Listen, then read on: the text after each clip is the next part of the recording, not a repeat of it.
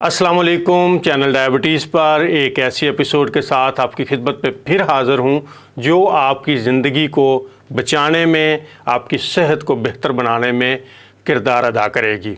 मेरी कोशिश होती है कि मैं चैनल पर ऐसी चीज़ें पेश करूं जो घर में आप टेस्ट कर सकें, जिनके ऊपर आप काम कर सकें और वो आपको रिज़ल्ट्स दें, कुछ टोटके ना हों। आज जिस चीज़ पे हम बात करने जा रहे हैं वो ये है कि इस वक्त सोसाइटी के अंदर हम देख रहे हैं कि हार्ट अटैक के मामलात बड़ी तेज़ी से हो रहे हैं। पिछले 2-3 हफ्तों में मेरे अपने जानने वाले हलके के अंदर ऐसे मामलात हुए हैं कि यंग बच्चों को हार्ट अटैक हुए हैं और वो सर्वाइव नहीं कर सके। इसी तरह बुज़ुर्गों को हार्ट अटैक हो रहे हैं, वो सर्वाइव नहीं कर सकते। तो ऐसा क्या मसला है कि हार्ट अटैक अब ऐसा सडन होना शुरू हो गया है कि समझ ही नहीं आती।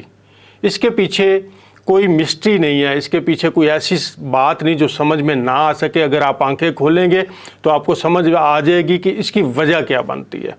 आम तौर पर मर्द हजरात को 65 साल की उम्र के आसपास जाके हार्ट अटैक ज़्यादा होते हैं। आप हॉस्पिटल में जाएं, दिल के हॉस्पिटल में जाएं तो आपको इस एज के लोग मिलेंगे। और ख़वातीन के अंदर 72 साल की जो एज है उसमें जाके हार्ट अटैक ज़्यादा होते हैं।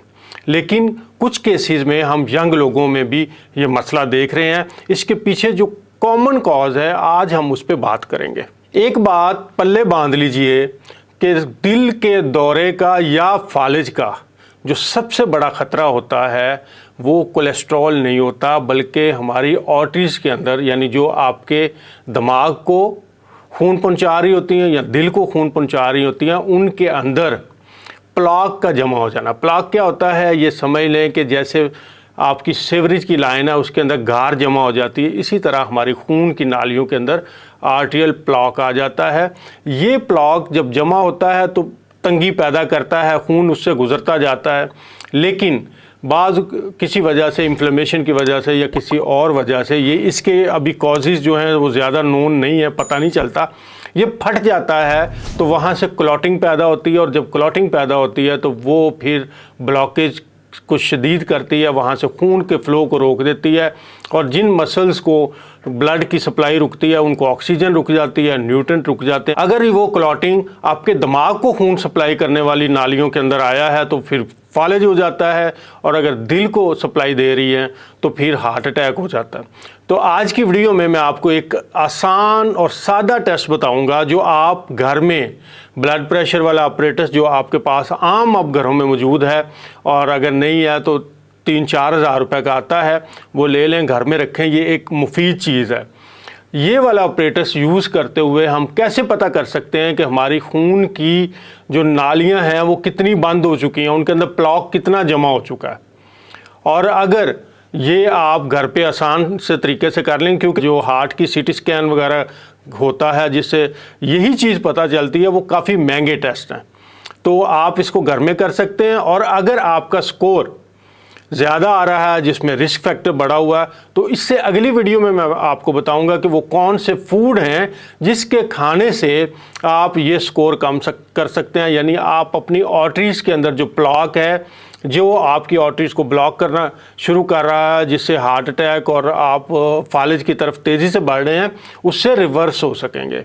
तो वीडियो को एंड तक देखिएगा और कॉपी पेंसिल पास रख के इसको नोट करते रहिएगा। जो मैं बातें कर रहा हूँ ये कैजुअल वीडियो नहीं है और बहुत इंपॉर्टेंट चीज़ है। तो घर में अगर आपने पता चलाना हो कि आपकी खून की नालियों के अंदर कितनी ब्लॉकेज हो चुकी है, तो उसके लिए एक बहुत सिंपल टेस्ट है जिसे कहते हैं ankle brachial index, ABI, ankle brachial index. ये वाला टेस्ट आप घर में परफॉर्म कर सकते हैं ब्लड प्रेशर वाले ऑपरेटर्स के साथ। इसको कैसे करना है और इसके जो टेस्ट रिज़ल्ट हैं उनकी इंटरप्रिटेशन कैसे करनी है, कैसे आपको पता चलेगा कि आपकी आर्टरीज़ के अंदर ब्लॉकेज कितनी है और आपका रिस्क फैक्टर कितना ज़्यादा है हार्ट अटैक का या फालिज का।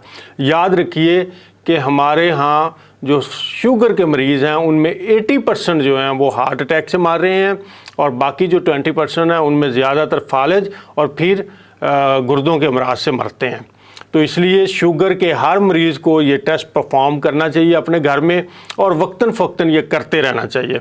अब इस टेस्ट को करना कैसे है ये ज़रा नोट कर लीजिए। आपने आराम से बिस्तर के ऊपर लेट जाना है और रेस्ट करना है। 10-15 मिनट आपने ना किसी से कोई बात करनी है, ना कुछ खाना है, ना पीना है। आराम से बिस्तर के ऊपर लेट जाना है और आपने अपने दोनों बाजुओं का ब्लड प्रेशर नोट करना है और उसके बाद आपने टखनों के ऊपर यानी पिंडलियों से नीचे और आपके जो पाँव हैं, टखने हैं जिसे पंजाबी में गिट्टे कहते हैं, उनसे ऊपर आपने ब्लड प्रेशर नोट करना है। तो पहला काम यह है कि दोनों बाजुओं का और दोनों टखनों के ऊपर टांगों से आपने ब्लड प्रेशर नोट करना है, ऊपर वाली रीडिंग भी और नीचे वाली रीडिंग भी।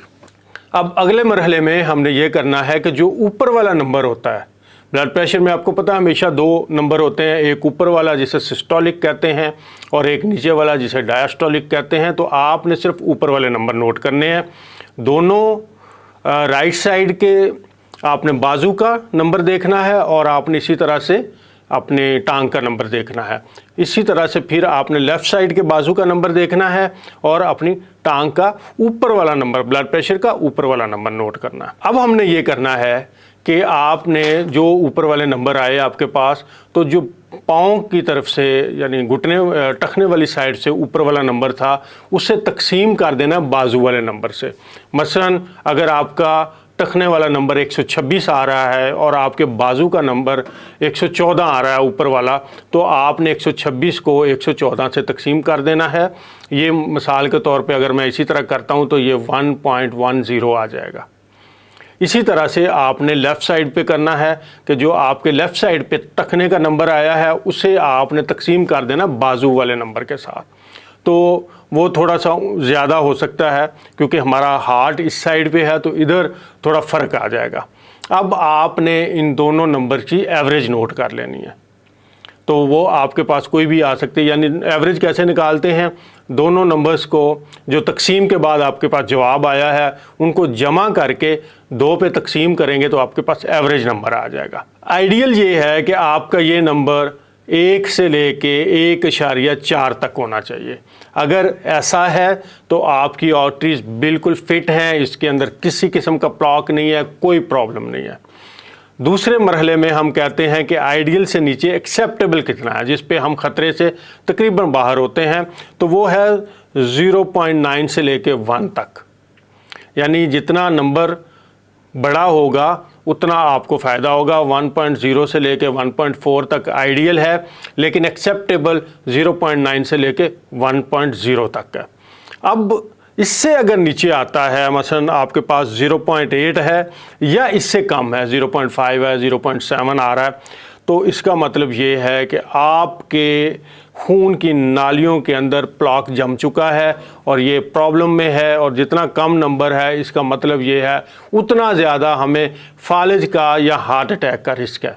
तो बढ़ती हुई उम्र के साथ आप ये चीज़ नोट करें कि जब 60 साल से ऊपर मर्द हजरात होंगे या 70 साल से ऊपर ख़वातीन होंगी तो उन्हें तो वैसे ही ज़्यादा रिस्क होता है। अब आम तौर पर घर के अंदर जैसे आप अपना ग्लूकोज लेवल नापते हैं या ब्लड प्रेशर नापते हैं, तो इसी ब्लड प्रेशर वाले ऑपरेटर से आप ये जान सकते हैं कि आपकी खून की नालियों के अंदर कितना ज़्यादा प्लाक जम चुका है, जो असल में हार्ट अटैक का सबब बनता है। अदरवाइज़ क्या होता है, आपका डॉक्टर आपका लिपिड प्रोफाइल चेक कराता है, लिपिड प्रोफाइल के मुताबिक वो जनाबे वाला आपको कोई गोली कोलेस्ट्रॉल की लगा देता है, लेकिन उससे बहुत सारी तबाहियाँ जिस्म में होती हैं, लेकिन हार्ट अटैक से हम फिर भी नहीं बचते, फालिज से फिर भी नहीं बचते। तो ये टेस्ट जो है डी बेस्ट टेस्ट है, घर में इसको कीजिए, इसकी स्कोरिंग निकालिए। और इससे अगली वीडियो में मैं बताता हूँ कि अगर आपका स्कोर 0.8 से या उससे कम आ रहा है, आप ख़तरे की जोन में हैं, तो हम क्या ग़िज़ाई तदाबीर इख्तियार कर सकते हैं जिससे हम इस ब्लॉकेज को कम करते हुए ख़तरे से बाहर निकल आएँ। तो चैनल को देखते रहिए। ये थोड़ी सी टेक्निकल वीडियो थी, इसको कॉपी पेंसिल के साथ 2-3 दफ़ा इसे देखें, नोट करें, फिर इसे परफॉर्म करें। तो कमेंट्स बॉक्स में अपना स्कोर ज़रूर हमें बताइएगा।